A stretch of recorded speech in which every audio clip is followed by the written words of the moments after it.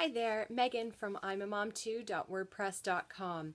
So I saw someone else's blog post this morning posted in one of the local mom groups that I'm part of, and it kind of triggered something in me. So it's a bunch of questions that stay-at-home moms don't really like hearing.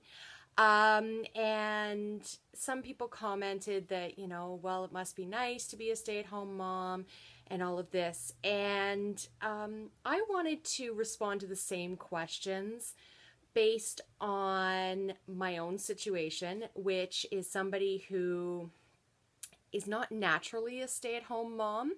I had a career before being a stay-at-home mom. I loved my career, and I kind of was forced into being a stay-at-home mom, strangely because of my divorce and also because of my children's needs. So I'm just going to go through, there's 8 questions, and I wanted to answer them from my standpoint as well. The questions are down below, so that's why I'm looking down below. But the first one is, what do you do all day? I don't get this question very often from people, primarily because my kids are special needs. So people seem to understand or think it's okay that I'm a stay-at-home mom. That seems to be a reason for me to be a stay-at-home mom. I mean, it is the big reason as to why I'm a stay-at-home mom, but I don't like the discrepancy between other people who are stay-at-home moms that don't have special needs in their family versus my own family. Another statement that we receive a lot is, it must be nice to stay home all day. I am not a personality that likes to stay home. Almost the worst thing for me is to actually be cooped up in my house for even one day, let alone days on end. I am an extrovert through and through.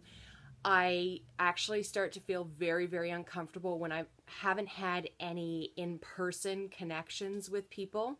I mean, frankly, it could be as simple as just going to Tim Hortons nearby and grabbing a tea for myself. I need other people around me.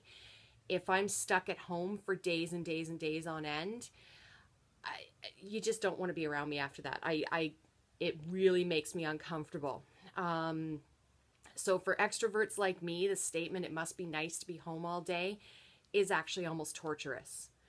The third one is, if I stayed home all day, I'd be so bored. When we moved into this house 2 years ago, we actually had people say, oh, well, Megan's always home. Don't worry about it. You can drop in on her at all times. Very, very quickly, people realize that I am rarely home. I have errands to run throughout the day. I'm meeting with other parents with kids with special needs. Sometimes an hour-long coffee that we were expecting to have turns into a 3-hour marathon where we're discussing things to be able to bounce ideas off of each other to help our kids. I go to I'm a joiner. I go to mom's group get-togethers. I have Stitch and Bitches that I go to. It sounds very luxurious, but it's for my own sanity. I cannot be stuck in the house for days and days and days on end. Another one that stay-at-home moms tend to get is, I have to work all day, so I don't have time to get my nails done. Guess what? I'm a stay-at-home mom, and I don't have time to get my nails done either. I get the idea for this one where it's basically somebody who's working in an office all day long doesn't have the opportunity to go out and do something for themselves. And I used to work outside the home. I get that. I understand that. But to compare, if my kids are home like all through the summer, it's 24/7. When you're working in an office, it's 9 to 5, 8:30 to 4:30, or as in my case, I was working about 60, 65, 70 hours a week. So yes, I had the 9 to 5, but I also had many, many, many other hours every week. But I could actually take a day off from the office. I rarely did.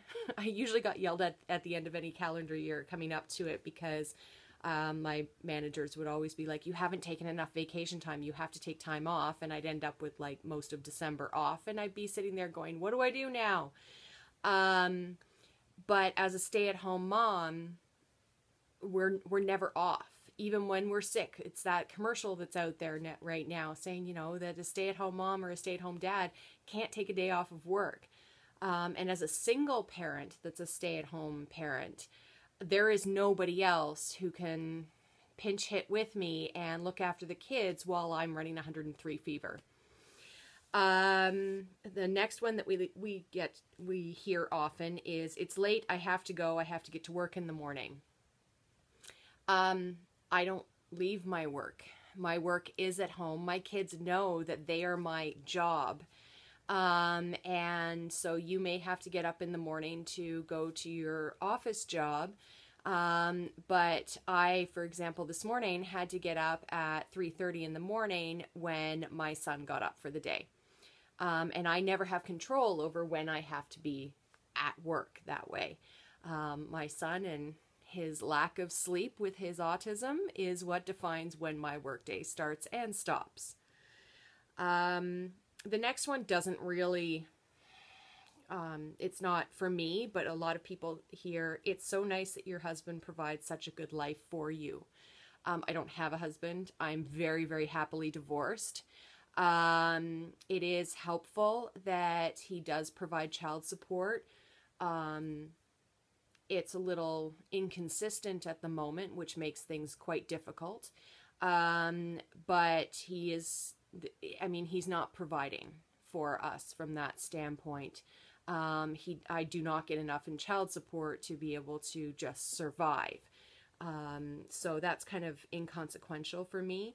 But I know a lot of people that really don't have a choice. They've made the decision that it's more expensive for daycare than it is for one of them to stay home. I have a girlfriend who, through in vitro fertilization, ended up with 5 children instead of the planned 3, not all at once. It's just very complicated. So there is no way that they could afford daycare costs for 5 children. I mean, they had 5 children within, I think it was 6 or 7 years. They had no option there. So she picks up some part-time work whenever she can. And her husband makes an average salary to be able to survive for all of them in their family. So you can't just assume that a stay-at-home parent is, you know, being provided for and it's such a good life. It could just be a way to an end to make ends meet. A statement with others that we also hear is, I need to work to feel like I'm contributing and being productive. I'll admit that in the first little while after becoming a stay-at-home mom, this statement was true for me. Because prior to being a stay-at-home mom, I definitely took my self-value and self-worth based on my career. And I had a fantastic career and I loved it. It was very, very stressful, but it was just something that I was at the time born to do.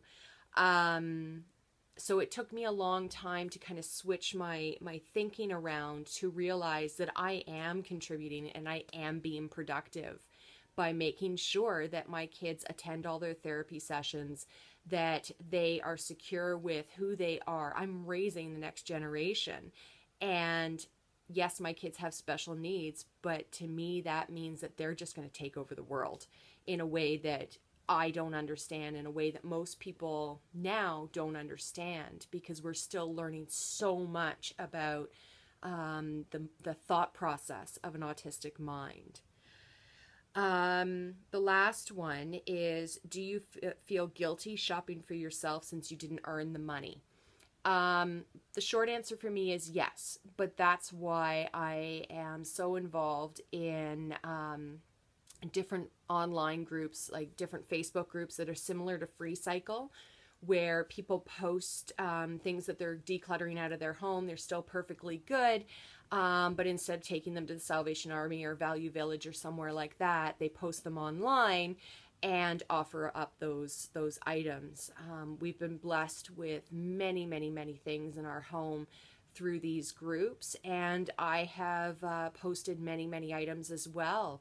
I mean, just this week I got rid of a laundry basket, 2 floor lamps, and a whole bunch of other smaller things. But, you know, they've gone to homes that desperately needed them, and they didn't have any. So I've been very, very fortunate to be able to be the recipient of a lot of those items. And it includes clothing. It includes, you know, clothing for me, clothing for the kids. I mean, that's how I make ends meet. So this list is from the Secret Life of a Stay-at-Home Mom that she blogged about a few weeks ago now.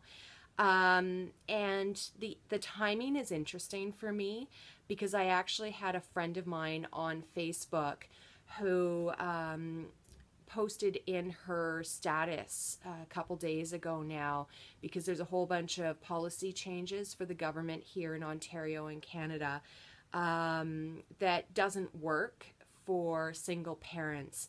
And her statement on Facebook, it really rubbed me the wrong way, because she had said that, you know, it's yet another policy that does nothing to benefit single parents who actually work and make a decent salary. And it's the word actually in there that really, really bothered me. With my son being in IBI therapy for 2.5 years, there really was no option for me to be able to work outside the home. And I almost resent it when people say, you know, well, say statements like that where, you know, single parents who actually work. I would love to be working full time. I can't afford to pay somebody who is qualified enough to look after my child, my son in particular, but both of my children. And when he was in IBI therapy, which is intensive behavioral intervention therapy, when he was in that, it was 24 hours a week of speech, language, behavioral, occupational, and cognitive therapy. It was me dropping him off at 9 o'clock in the morning, picking him up at 4 o'clock in the afternoon every single day, which sounds okay from the standpoint of drop off and pick up from school and being able to work in between. But it got to the point where at least one day every other week, they had too many staff off sick. And I would get a phone call at 8:45 in the morning saying, nope, sorry, it's his turn to miss a day. And what would I have done if I had had an employer that I would have to call and say, no, sorry, because the only employer that I can get during the day is an hourly wage that really, if you miss too many shifts, you're going to lose your job. And to me, that's not fair to the employer. So I do as best as I can to make ends meet. My kids are happy, and that's all that matters to me. So I guess this is a long way of saying to just not assume that you know what stay-at-home parents do or do not do, and why they've chosen to be at home. I chose to be at home because basically I was forced to. With the end of my marriage, there wasn't enough income to be able to afford daycare, because when I did work outside the home with twins in daycare, it was taking up 79%, but 80% of my pay just to be able to keep them in daycare. And also along with that, the assumption that the male partner earns more than the female, because although it was comparable, I earned a little bit more than my now ex-husband at that time. So 80% of my pay does not leave much for bills, for groceries, at the time for diapers, all this kind of stuff. So just, you know, try to take into consideration that everybody has a story, and you don't necessarily know what everybody does to be able to live their story and get through to the new chapter. I'll talk to you guys later. Bye.